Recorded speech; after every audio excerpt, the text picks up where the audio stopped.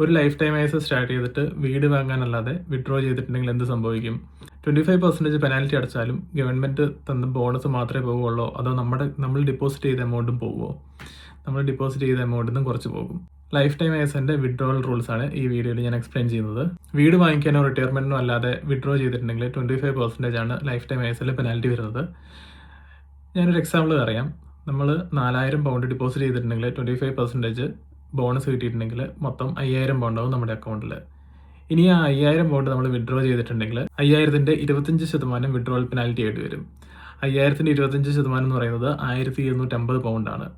1250 pound 5000 നിന്ന് കുറച്ചിട്ടുണ്ടെങ്കിൽ പിന്നെ ബാക്കിയുള്ളത് 3750 പൗണ്ട് മാത്രമാണ്.